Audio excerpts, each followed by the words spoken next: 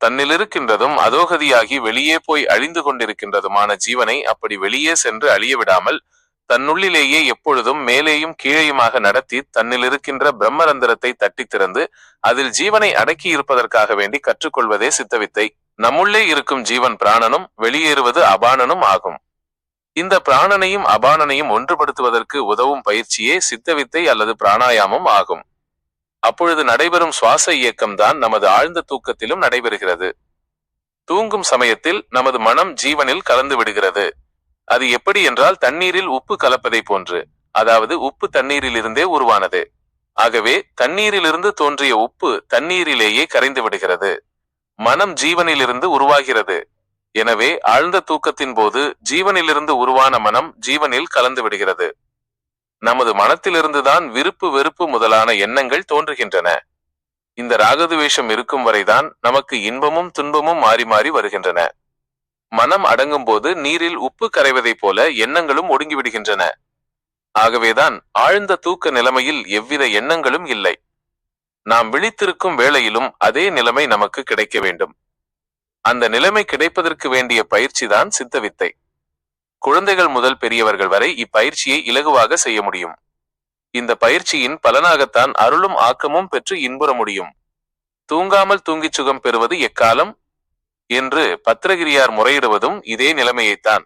ஒருவன் சாகும் தருவாயில் கூட சித்தவித்தை உபதேசம் பெற்று பயிற்சி செய்தால் அவன் சாகாமல் மேற்கதி அடைவான் என்று சுவாமிகள் அருளி செய்துள்ளார். இந்த சித்தவித்தை பயிற்சியை வைராக்கியத்துடனும் விடாமுயற்சியுடனும் அதிதீவிரமாக சாதனை செய்து புருவ மத்தியில் உள்ள பிரம்மரந்திரத்தை தட்டி திறக்கச் செய்து அங்குள்ள இறைவனுடன் ஜீவனை சேர்த்தால் பிறவி பெரும்பயனாகிய வீடு பேறு அடையலாம். தானாய் தன்மயமாய் இன்புற்றிருக்க வழி செய்யும் பயிற்சி சித்தவித்தை ஆகும்.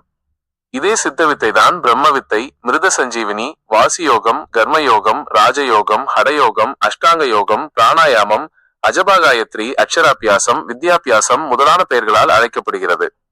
இவ்வாறு போற்றி புகழப்படும் சித்தவித்தை பயிற்சியை மனித வர்க்கம் முழுவதும் விரும்பி பயிற்சி செய்ய தகுந்ததாகும்.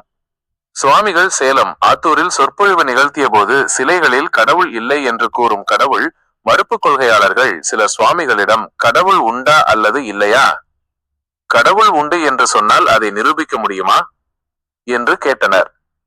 சுவாமிகள் அவர்களிடம், சிலைகளில் கடவுள் இல்லை என்று நீங்கள் சொல்வது சரிதான்.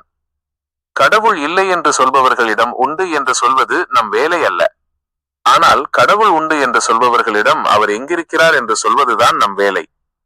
சாக்கடை நீரை குடிக்கக்கூடாது என்று நீங்கள் சொல்கிறீர்கள். அதுவும் சரிதான். நமது கருத்தும் அதுதான். ஆனால் மக்களின் தாகத்தை தீர்ப்பதற்கு நாம் நல்ல தண்ணீரை கொடுக்கிறோம் என்று விடையளித்தார். அந்த நல்ல தண்ணீர் தான் சித்தவித்தை உபதேசம். கடவுள் உண்டு என்று கூறும் ஆத்திகர்களும் தம்மில் நிலை பெற்றிருக்கும் இறையாற்றலை உணராமலும் உயிர் வழிபாடு செய்யாமலும் கல்லிலும் உலோகத்திலும் மரக்கட்டையிலும் இறைவன் உண்டென கருதி அவற்றை வழிபாட்டு விலை மதிப்பிட முடியாத உயிராற்றலை வீணாக்கி கஷ்டப்பட்டு கொண்டிருக்கிறார்கள். இதையே பட்டினத்தாரும் ஒன்றாய் உயிராய் உடல்தோறும் நீ இருந்தும் அறியார்கள் ஏழைகள்தாம் பூரணமே என இறங்கி பாடியுள்ளார். மேலும் எஸ்ய நிஸ்வசித வேதா, அதாவது இறைவனுடைய மூச்சே வேதங்கள் என கூறப்பட்டுள்ளது. வேதம் என்பது அறிவு, அதாவது நமது எல்லா அறிவுகளுக்கும் காரணமாக இருப்பது இந்த இறை அம்சமாகிய மூச்சு அல்லது ஜீவசக்தி ஆகும்.